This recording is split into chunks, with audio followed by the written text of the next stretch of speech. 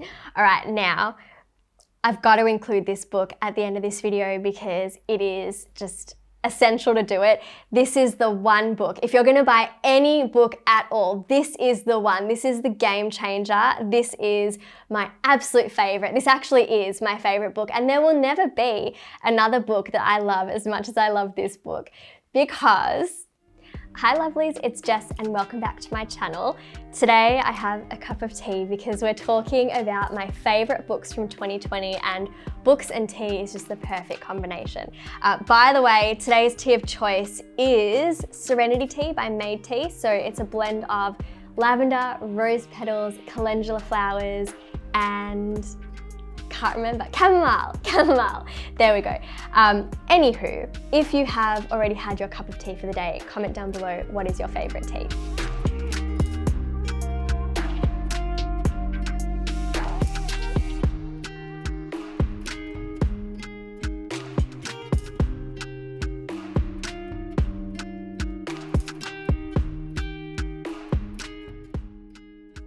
Now, before I get into my favorite books from 2020, and I know I'm filming this a little bit late because it's already 2021, but I thought if you're currently looking for a great read, then hopefully you will pick up one of these books and find some inspiration or benefit and insights from them.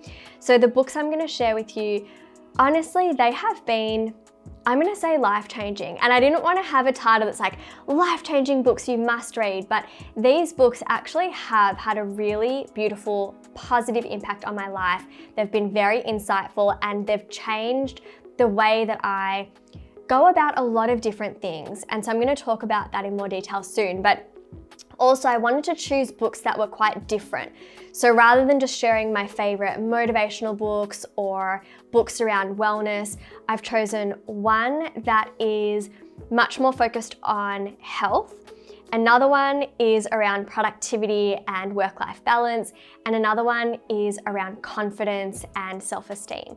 So let's get straight into the first book. All right, so before I get into the first book, I just wanted to mention, if you haven't been on my website, studywithjess.com, there is a tab up the top on the right-hand corner, if I can remember correctly, and it says Jess's Book Club. So I've actually got a whole list of all the books that I have read so far that I feel like you might like to grab a copy of and that would add value to your life too. So if you're looking for additional suggestions besides the ones I'm covering in today's video, go and check it out. I will leave my website as a link down below, or just head to studywithjess.com and there's a little tab up the top. But let's get into the first book. So this one is by Lucy Sheridan and it's called The Comparison Cure. It's essentially how to be less them and more you. So I follow Lucy Sheridan on Instagram and she is the world's first comparison coach, which I think is such a smart idea for a career, because if you think about the day and age that we're living in, we are flooded with everybody else's news feeds on Facebook, on Instagram, don't even get me started on TikTok and all the stuff that gets posted there in, you know, girls in their cute little outfits doing their dances. It's just, you know, people showing off all the luxuries that they're buying. We really live in a comparison flooded environment at this point in time. So it's really important not to allow yourself to be so distracted by what everybody else is doing. And I know that's easier said than done. And if anything, I have fallen victim to comparing myself to others. Specifically, it's actually been in my work life, not so much my personal life. But I think that we all have our own little areas where we can slip up and just sometimes we don't feel good enough, and that's why we compare. So that's why I found this book really beneficial. She actually takes you through lots of different exercises and activities. I have 2 bookmarks flagging important pages and multiple torn up tissues because I couldn't find any post-it notes or little tabs. So you know it's a good book if you're flagging pages and annotating and, you know, writing notes on the margins. But I wanted to share with you one quote because I feel like this basically sums up the significance of this book. So the quote that she shares, and there's many quotes throughout, it's by Iyanla Vanzant. I'm definitely butchering that name. Anywho, the quote is, "Comparison is an act of violence against the self." Just digest that for a minute, because what it is saying is when you compare yourself to someone else, to someone else's achievements or materialistic possessions, you are telling yourself you're not good enough, what you have is not enough, what you do is not enough, who you are is not enough, and they are enough, but you are not. And that is so detrimental to our mental health. So that is why I think it is essential to understand, why are we comparing ourselves? To whom are we comparing ourselves? And what does that stem back to? And that's something that I really got from this book. There was a page that I wanted to just flip to, one last thing, where she actually takes you through, can't find it there, must be somewhere in here. There's a page that she takes you through a reflective exercise, here it is, where you write down the area where you find yourself experiencing a lot of self-comparison, and then it asks you, when was your first encounter? What was a recent experience of comparison in this area? And why does this trigger your comparison? So for me, it always comes down to not feeling good enough. And I feel like that's always the case. That's why we compare.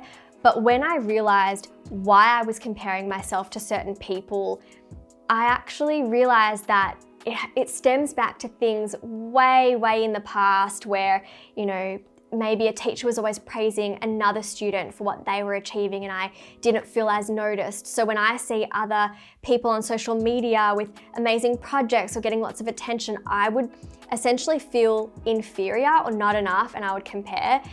And once I had that insight, I could start working through it and let go of it and start building up my own confidence. And there's lots of tips and tricks in this book for that as well.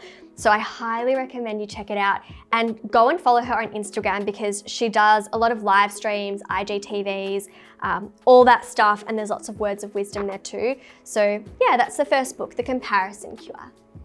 All right, this next book, I was so excited to finally get my copy in the mail, and I'm still reading through it, but it is so good that I have been taking notes, highlighting, annotating. I have my own notebook where I am actually writing my little summaries as well.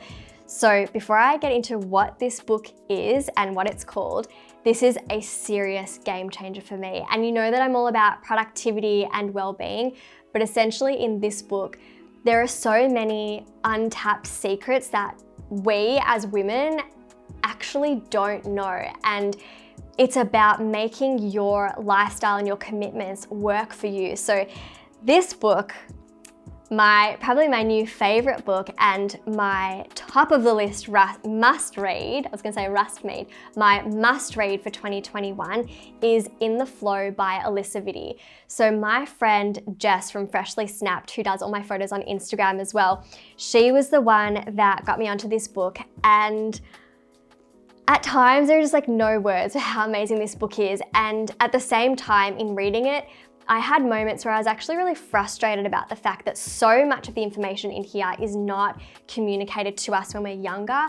In fact, it's just not communicated, full stop. And it's only because I discovered this book that I then discovered a lot of different podcasts, and I've been researching female health and female hormonal health and cycles.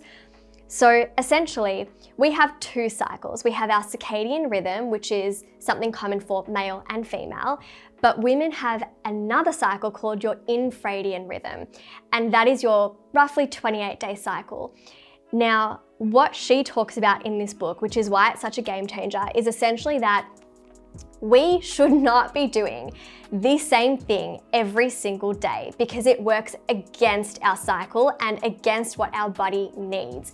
So you should not actually be exercising the exact same way every day of the month. You shouldn't be eating the same every day of the month. You shouldn't be doing a lot of things the same every day of the month. You have to tailor it to your body's needs. And learning about the changes in female hormone levels throughout the month, throughout our cycle, has been so insightful for me. So I highly recommend that you grab a copy of this book, and even find some podcasts where Alissa Vitti talks about female hormonal health and just the different ways that you can essentially, it's not really biohacking, maybe it is, essentially biohacking, and ensure that we are working with our body's natural rhythm. So one quote I actually wanted to share with you that I've underlined here is, she wrote, "We all have this expectation that we should be able to perform the same way every day, so beaten into our heads that when I tell women who come to me for help that respecting our fluctuations is key to getting in sync, they give me one of those sideways glances."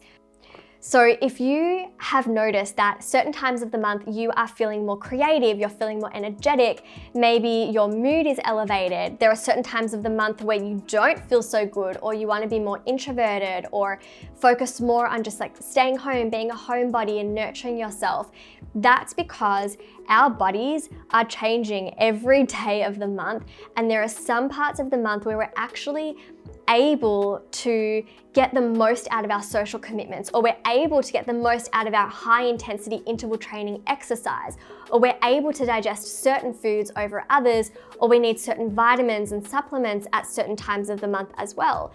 So I think it's so important to really understand that this masculine dominated way of living, of working 9 to 5 every day, of eating the same kind of food, of waking up at the same time and trying to fit in exercise every day when it may actually not be what your body needs, it's stopped us or inhibited us from listening to our body and getting in tune with what is right for us.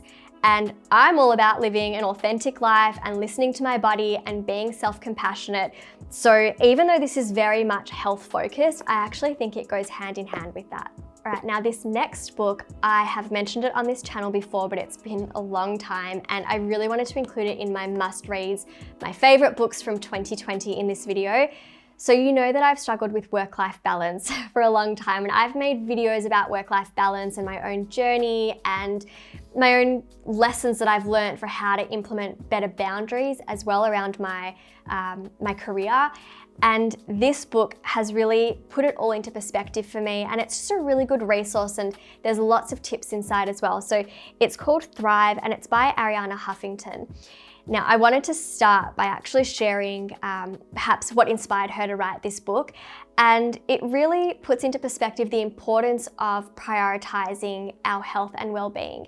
Because when we think about priorities, I don't know if it might be the case for you, but when I would think about priorities, it would always come to mind like it's a work-related to-do, an urgent project or deadline. And I wouldn't really think about top priorities around my personal life, around sleep or meditation or eating well. And what happened for her is her workaholic tendencies were at their all-time high, and she had to learn the hard way that she's not invincible, that she is human and needed to look after herself more, because what happened is late one night, I believe she collapsed, and when she fainted, I think she hit her forehead on the corner of the kitchen counter or a desk and collapsed on the floor, and I think someone found her with a puddle of blood. And that massive scare for her really emphasized the importance of having better work-life balance. And if you don't rest, you're creating a lifestyle that is not sustainable. And you are so much more productive when you do have a better balance. And so in this book, she shares tips around, not only tips, actually goes into the importance, the significance of prioritizing a healthy sleep schedule and routine, of meditation and different forms of meditation, and also understanding the difference between being busy and being productive, because they are not the same thing. They're absolutely not the same thing. And just because you do more work does not mean you've been more productive, and just because you haven't done as much work as so-and-so does not mean that you haven't necessarily accomplished a whole lot more. So one other thing I wanted to mention in this book is that at the very end, which I really appreciated, she has an appendix, if I can find it for you all. She has a couple. She has Appendix A, B, and C. Now, Appendix A has a lot of different resources to help you stay focused. So they're tools, apps, and resources for being focused. Resource. Appendix B is the toolbox for mindfulness and meditation. So she lists apps that I actually know and use, such as Headspace, Buddhify. There's lots of different ones you can check out here. And then Appendix C are 12 websites for giving and volunteering. So again, finding more meaning and purpose in your life and realizing that fulfillment doesn't just come from your work life, it can come from lots of different avenues. So I might actually share a quote. I just flipped to this page. There's so many things that I've underlined, annotated. You can just tell I was really into this book when I was reading it. I actually read it when I was up in Byron Bay with Adam at the start of 2020. But the quote I want to share, it's by Anne Lamott, and I think it sums up this little segment of the video really beautifully. She says, "You are not your bank account or your ambitiousness. You're not the cold clay lump with a big belly you leave behind when you die. You're not your collection of walking personality disorders. You are spirit, you are love." And I think in honoring ourselves, in honoring who we really are, we're able to see the value in prioritizing beautiful acts of self-care and love, like sleep and mindfulness and meditation, and not getting so caught up in our work life. I think if you identify yourself as your bank account, then you will really struggle with work-life balance, because you will spend all of your time trying to make more money and being busy and trying to acquire and achieve. So just wanted to share that little quote with you there. I think it sums it up really nicely. All right, now I've got to include this book at the end of this video because it is just essential to do it. This is the one book. If you're going to buy any book at all, this is the one. This is the game changer. This is my absolute favorite. This actually is my favorite book, and there will never be another book that I love as much as I love this book, because it's my book and I'm allowed to plug it because I put my heart and soul into this, and I love all of the beautiful comments that I'm receiving from all of you. I love when you guys snap photos and share it on your Instagram stories and tag me. And yes, I do go on Amazon and I read the reviews, and it just fills me with so much joy. And actually, I just want to say a big thank you, because for I think 3 years in a row now, it's been an Amazon bestseller in a couple of different categories. So that just goes to show that you're really enjoying it. So if you're new to this channel, or if you haven't got a copy yet, I just wanted to mention this very, very briefly.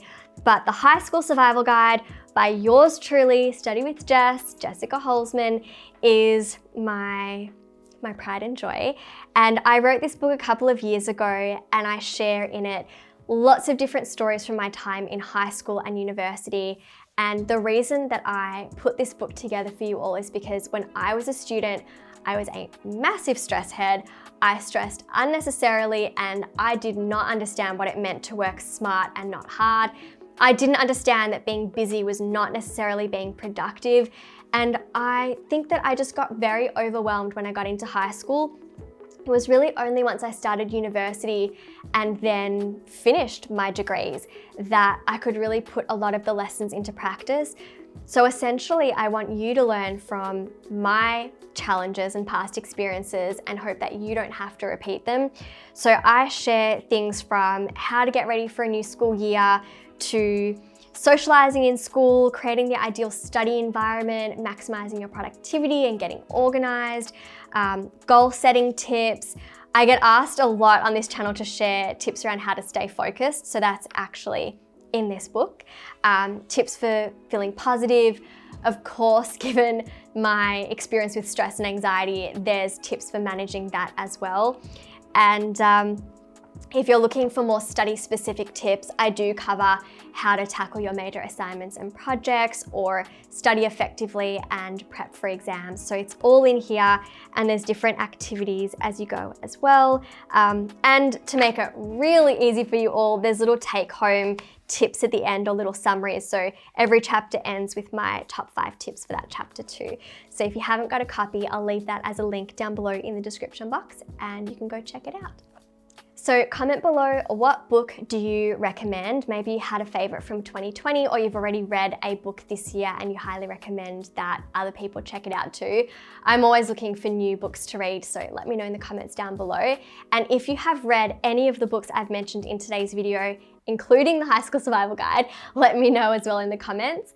And otherwise, make sure to subscribe, follow me on Instagram at Study with Jess, and I will see you all next week with another video. Mwah! Bye, lovelies.